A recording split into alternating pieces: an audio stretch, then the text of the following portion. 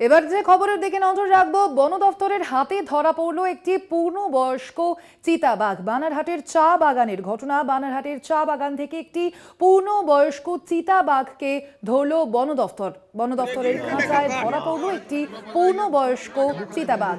বানারহাটের মোগলকাটা চা বাগানের ঘটনা। আতঙ্কে মোগলকাটার বাসিন্দারা।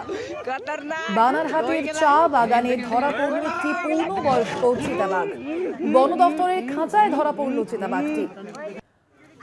এই চিতাবাঘের ধরার ঘটনায় আতঙ্কিত এলাকাবাসী। বানারহাটের মোগলকাটা চা বাগানের ঘটনা।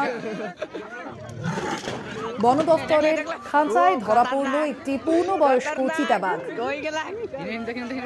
ঘটনায় আতঙ্কিত এলাকাবাসী। বন দফতরের খাঁচায় ধরা পড়ল একটি পূর্ণবয়স্ক চিতাবাঘ। বানারহাটের মোগলকাটা চা বাগানের ঘটনা। এ বিষয়ে আরো বিস্তারিত জানবো। ফোন লাইনে রয়েছেন প্রতিনিধি শুভজিৎ দেবনাথ। শুভজিৎ, কিভাবে এই বাঘটির খবর পেল বন দফতর, কি জানা যাচ্ছে?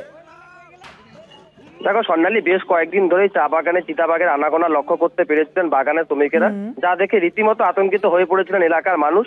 মঙ্গলকাটা চা বাগানের কর্তৃপক্ষ তরফ থেকে বিন্নাগুড়ি স্কোয়াডের কাছে খাঁচা পাতার জন্য আবেদন করা হয়েছিল। গত দুদিন আগে সেই চা বাগানে ছাগলের টোপ দিয়ে চিতাবাঘ ধরার খাঁচা পাতা হয়।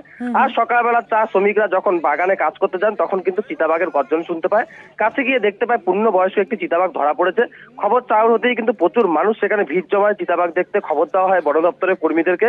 পরবর্তীতে বন দপ্তরের কর্মীরা গিয়ে চিতাবাঘটিকে উদ্ধার করে লাটাগুড়ি প্রকৃতি পর্যবেক্ষণ কেন্দ্রে নিয়ে যাওয়া হয়েছে। স্বর্ণালী, একেবারেই ধন্যবাদ তোমাকে শুভজিৎ।